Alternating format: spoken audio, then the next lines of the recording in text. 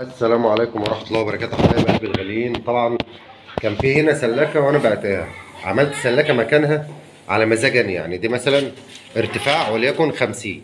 تمام. بصوا، أرضية سلك بلاستيك، أرضية سلك بلاستيك أهو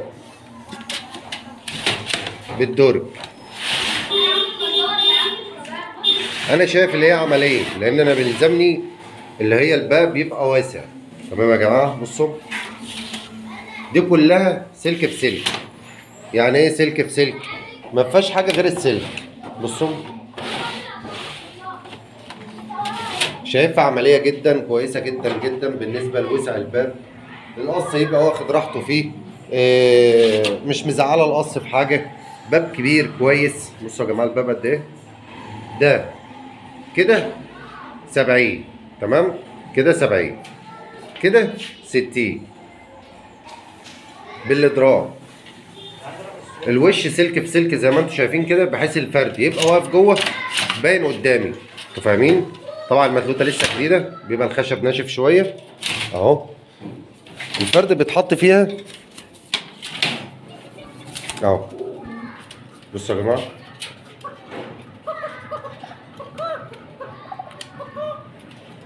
زي ما انتم شايفين كده مثلا. انا شايفها كويسه جدا جدا وعمليه. كل واحد ليه وجهه نظره. الفرد جوه هيبقى واسع، ليها مساحه، عاملها انا نفسي دي. تمام. اختلاف الارضيات، يعني دي الارضيه اللي هي الحديد السلك، ديت الارضيه اللي هي البلاستيك الجديده. يعني كله قال لي اللي هي عمليه وكويسه وبتاع. جبت انا الارضيه البلاستيك ديت وقوتها بالقوايم ديت، بحيث اللي هي ما تريحش، يبقى البلاستيك جامد. المحضن في الجنب اهو زي ما انتم شايفين.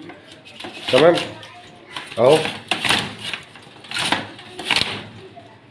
الادراج كويسه ومريحه. طبعا الدرج 70 في 60 زي ما انا عامله برضه اهو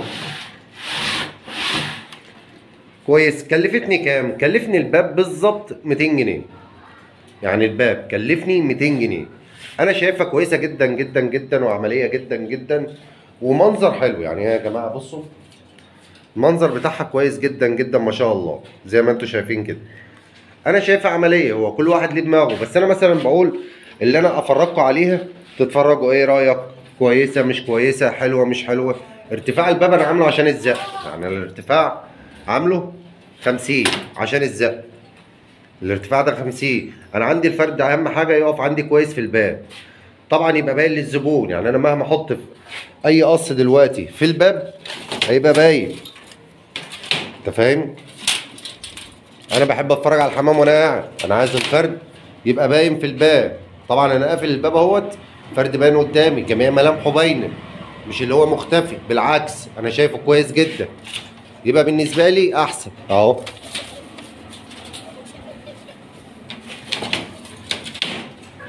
فانا شايفها عمليه. شايف التجربه كويسه جدا، يعني مش اللي هي مزعلاني. فاهمين؟ يعني انا شايف التجربه بموارد الله كويسه جدا جدا جدا. عشان كده قلت اجربها. جربها لقيتها كويسه مش مزعلاني، اشتغل فيه.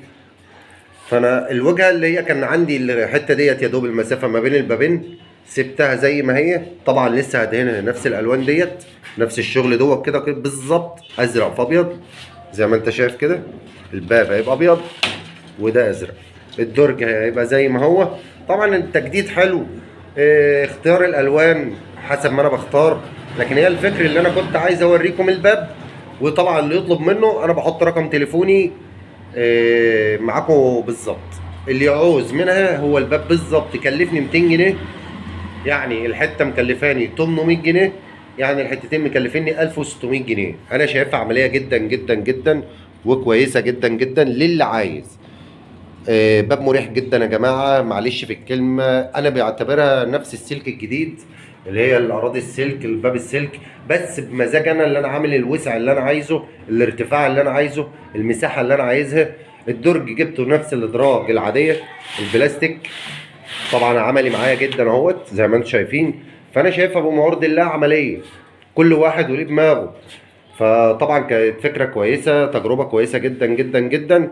والحمد لله فرجناكم شغل جديد، ويا رب يعجبكم. وده اي حد يعوز من الشغل ده يا جماعه انا موجود معاكم. تمام، والسلام عليكم ورحمه الله وبركاته.